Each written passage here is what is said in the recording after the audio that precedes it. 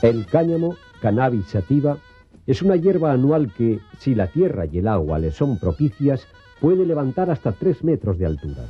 Los hombres y mujeres de nuestros pueblos conocían al detalle la transformación de la simiente del cáñamo en tejido, y cada año dejaban un trozo de terreno regable para cultivar esta planta para uso doméstico.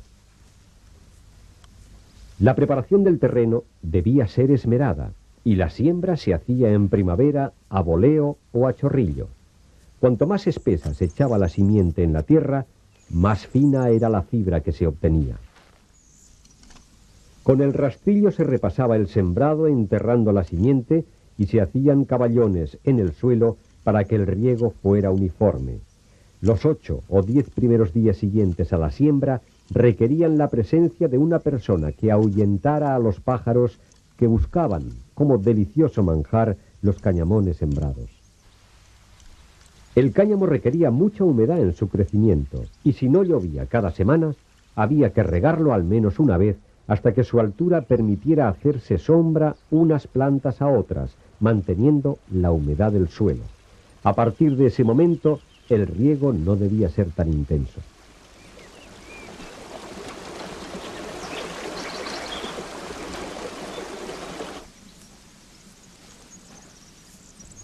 A las 14 semanas, la planta alcanzaba su máximo desarrollo y los días finales del mes de septiembre eran los más apropiados para arrancarla. Como el cáñamo es una planta dioica, en ocasiones se arrancaban las matas en 2 veces. Primero las masculinas, cuando se habían marchitado sus flores y sus tallos se ponían amarillentos, y después las femeninas, cuando las semillas tenían el color oscuro característico de la madurez. Pero no se acostumbraba a hacer en 2 veces la recolección por las dificultades que se presentaba al estar muy espesas las plantas y arrancar las primeras sin destrozar las que había que dejarse en el terreno. El arrancado se hacía a mano, cogiendo por su base un puñado de plantas y tirando de ellas hacia arriba. Con suaves golpes contra el suelo, para no desprender la simiente, se quitaba la tierra de las raíces. Un regado previo, en el día anterior, dejaba preparada y blanda la tierra para trabajar con menos esfuerzo.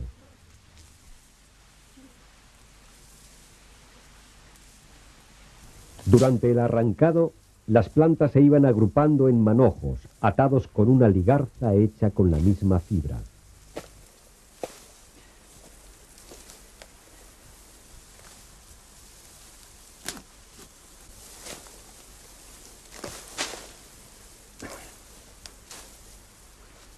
Arrancadas y atadas las plantas, se dejaban a secar tendidos en el suelo y cruzados unos manojos con otros en forma de trenzas llamadas trenas, evitando que la simiente tocara en el suelo.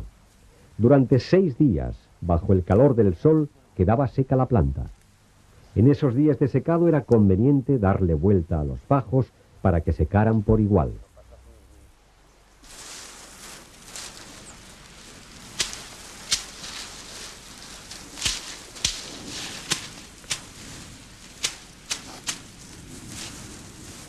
Transcurridos los días necesarios para el secado, la fase siguiente, como llamaban en Agüero, era la de simenzar o quitar los cañamones a las plantas. Una tela de lino o cáñamo, tendida en el suelo, con una piedra grande sobre ella, eran los elementos que se necesitaban para dejar libre el tallo.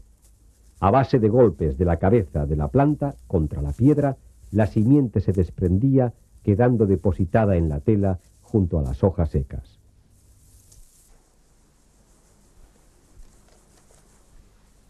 La simiente era separada de las hojas y otras impurezas mediante el aventado con las manos en un lugar donde hubiera corriente de aire.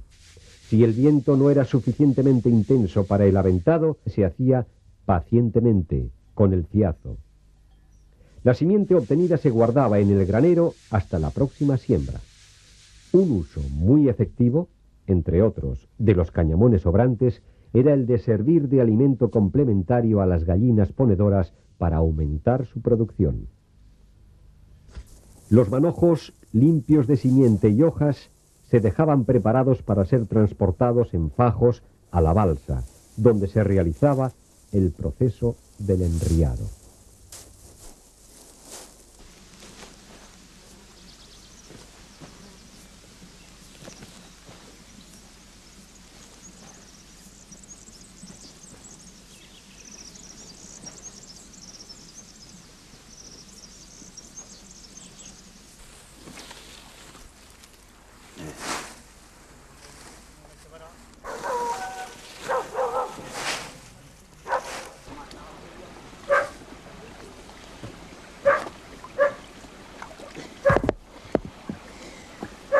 La balsa para este proceso tenía que tener una peculiaridad importante, que consistía en la necesidad de agua corriente por su interior.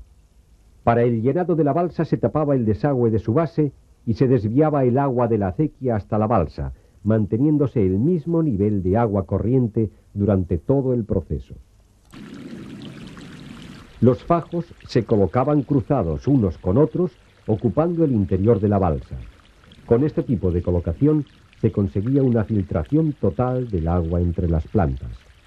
Sobre los fajos se echaban algunas piedras para impedir la flotación de las cañas de cáñamo, quedando totalmente cubiertas por el agua corriente.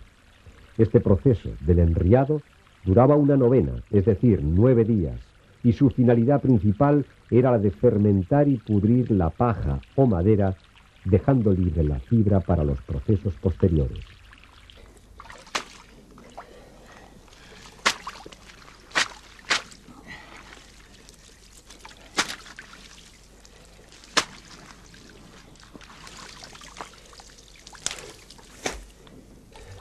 Transcurrida la novena, en la balsa, el cáñamo se sacaba del agua manojo a manojo y se extendía en el campo para su secado entre 2 y 4 días.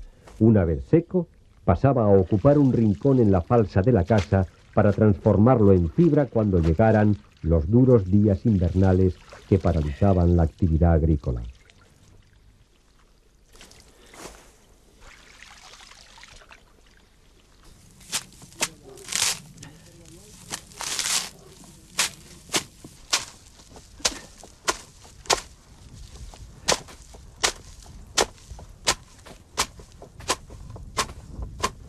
La manipulación de la fibra comenzaba por el cascado de la caña. La cascadera o gramadera era una herramienta fabricada con un tronco de olmo, roble, carrasca o pino, compuesta por 2 piezas, la canal y la lengua, ajustadas perfectamente entre sí y unidas por un eje en uno de sus extremos. Golpe a golpe se cascaba el cáñamo en 2 fases. La primera desde la mitad hacia la raíz, que era la parte más dura de la planta, y luego de la mitad a la punta. Como esta mitad superior de la planta era menos dura, se unían los manojos de 2 en 2 para trabajarlos. Con esta fase se eliminaba la madera interior podrida de la planta, dejando libre la fibra.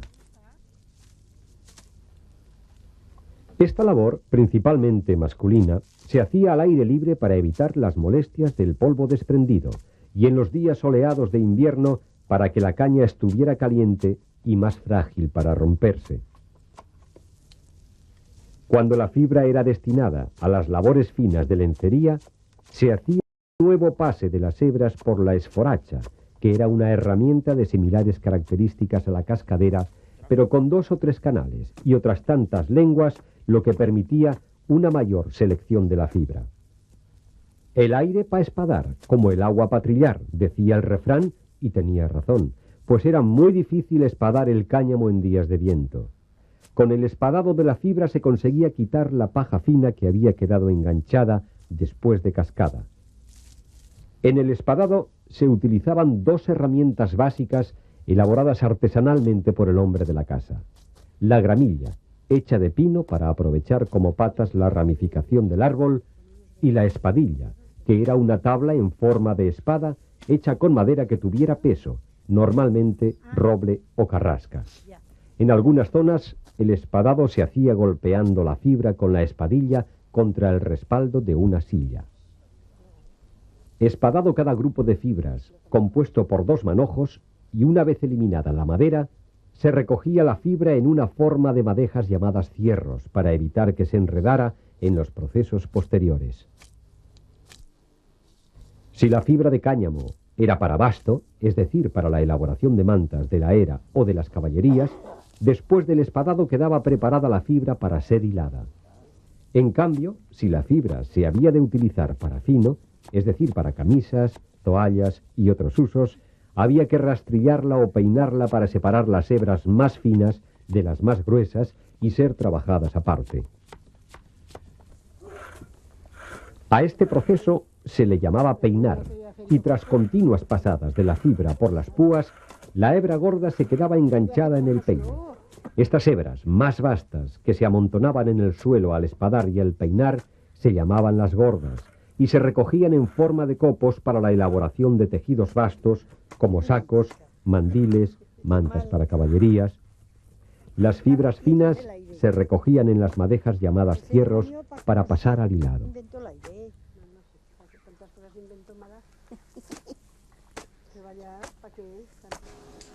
Las pajas al pajar y las mujeres a filar, dice otro refrán. El hilado o filado del cáñamo se hacía en las veladas nocturnas al calor del hogar y era una labor exclusiva de las mujeres. La filarza era la cantidad de hebra que se había acumulado en la casa, procedente de los procesos anteriores para ser filada. Las mujeres, artífices de esta labor, se partían la filarza para trabajar.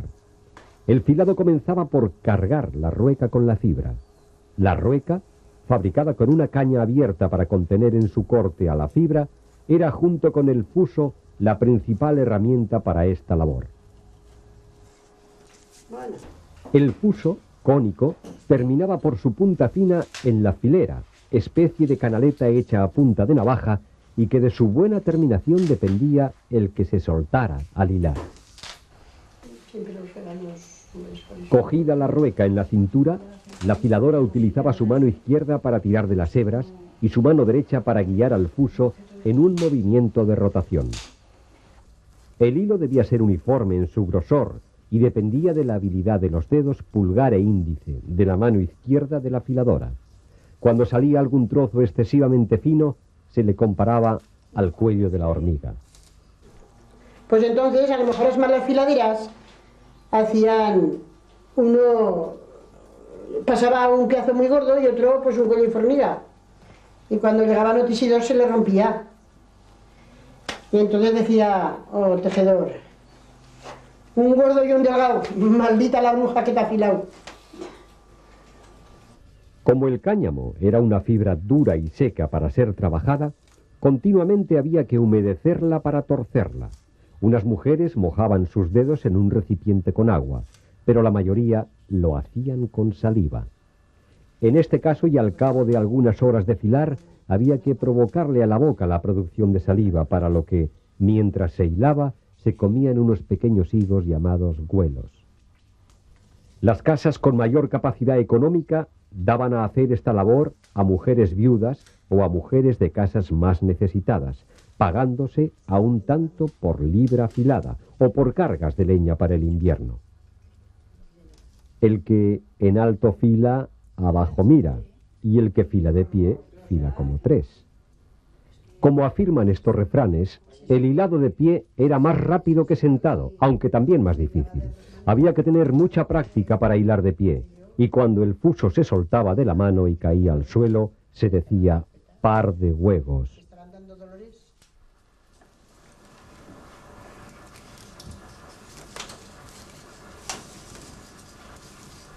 Al hilo contenido en un fuso se le llamaba fusada, y cada 4 o 5 fusadas formaban una madeja.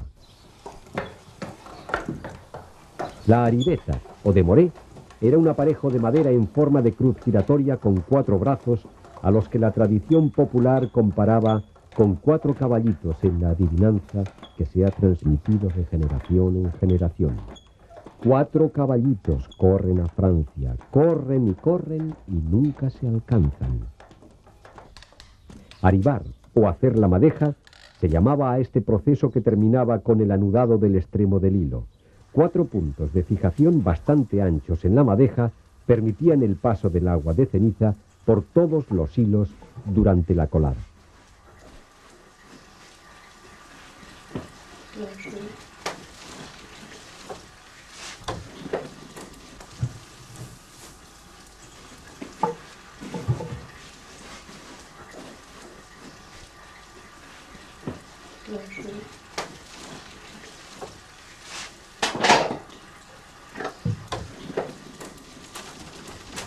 La ceniza del hogar, guardada en el cenicero de la cocina, se utilizaba para el blanqueado del cáñamo en el proceso denominado colada.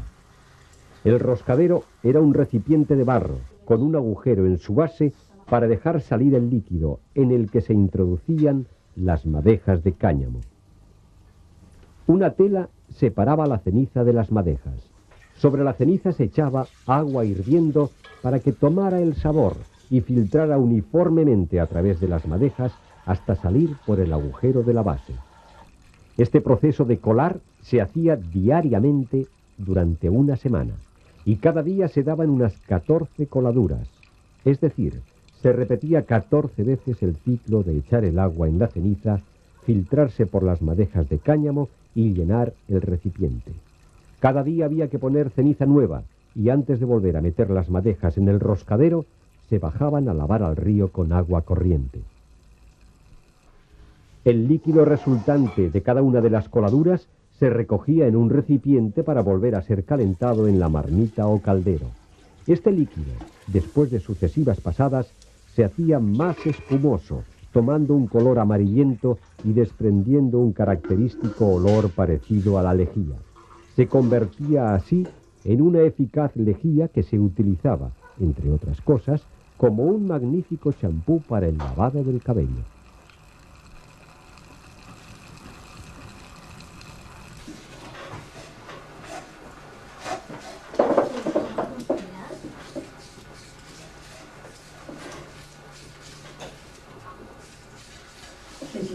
Terminada la colada y secas las madejas al sol, el hilo tomaba el color tostado característico de las prendas de cáñamo.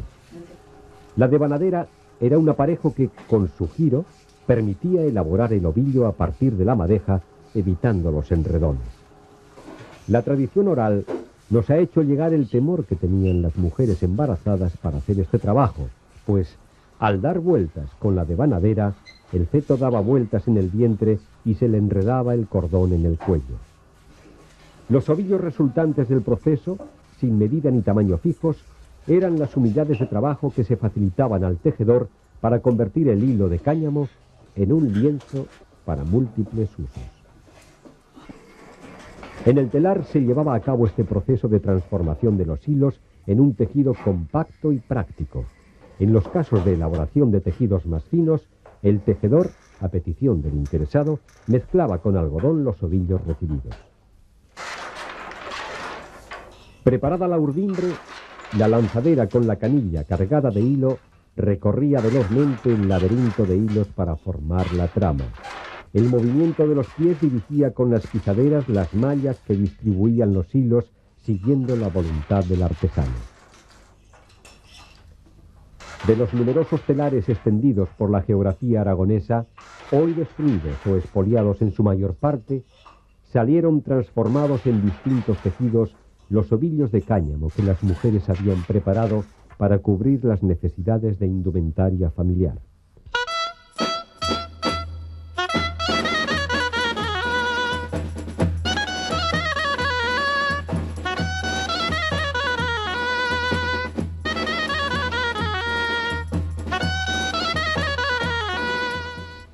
Hoy, el progreso y la sustitución de las fibras naturales por las artificiales derivadas de los plásticos han terminado con el proceso de la artesanal transformación de la simiente de cáñamo en tejido práctico.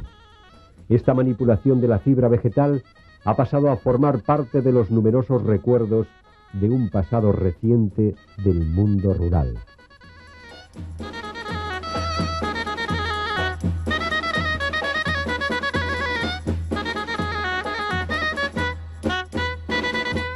Soy Eugenio Monesma, director y productor del documental que acabas de ver. Si te ha gustado, te animo a que te suscribas activando las notificaciones desde la campanita y así podrás disfrutar de los cientos de documentales que ya tengo en el canal y de los que semanalmente voy a ir subiendo.